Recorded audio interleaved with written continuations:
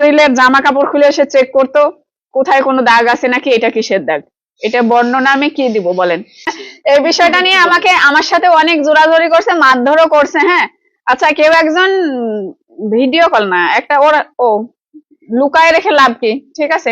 তার বোন জামাই একটা ছবি আছে এরকম সোফার উপর বসে মোবাইলে কি জানি দেখতেছে, না হচ্ছে ওরা হাজবেন্ড ওয়াইফ টিকটক করতেছে, সেই ছবি সে আমাকে স্ক্রিনশট মেরে আইনে দেখাচ্ছে।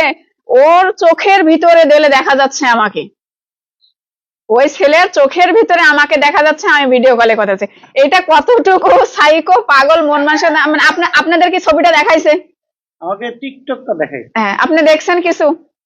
আমি মানে একজন টিকটক করতেছে, তার চোখের ভিতরে ঢুইকে কোন কোন কি বলবো, মানে কোন যন্ত্র বের হয়েছে যে তার চোখের ভিতরে ঢুইকে আপনি দেখতে পারবেন যে সেখানে সে অন্যজনকে দেখা যাচ্ছে। এটা সাইকো না কি বলেন? এইরকম মিথ্যে কিছু ইয়া দিয়ে, মানে মিথ্যে ক্লু দিয়ে, এই মনে করেন এই সামান্য ছবি, সামান্য মানে যে কোনো কিছু, মানে এগুলা ইস্যু করে করে আমাকে অনেক মারধর করছে। একটা বিছানা, মনে করেন আমরা তো গ্রামের বাড়িতে বর্তমান থাকতাম, একটা বিছানা, ওখানে তো আমাদের মানে পরিবেশটা ওরকম না, ফ্ল্যাটের মতো না যে ডাইনিং আলাদা, বেডরুম আলাদা, সবকিছু আলাদা, ওরকম তো না। তো ঠিক আছে, একটা রুমের ভিতরে আমাদের খাওয়া দাওয়া বিছানার উপরে সবকিছুই হতো।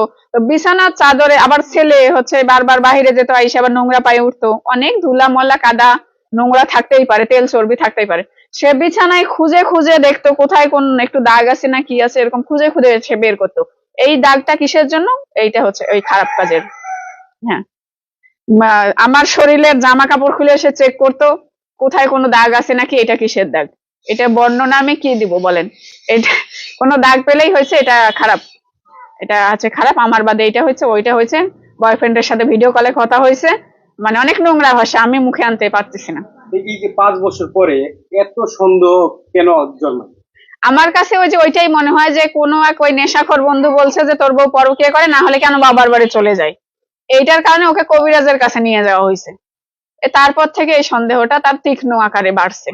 এই যে আপনার বাবার বাড়ি কি আপনাকে মারধর করার পরে চলে আসতেন না এমনিতেই বেড়াইতে আসতেন? মারধর করার পরে আসতাম, আর হচ্ছে ফার্স্ট টাইম আরো দমে 2-1 বার আসছিলাম, সেটা হচ্ছে তার পরকীয়ার কারণে।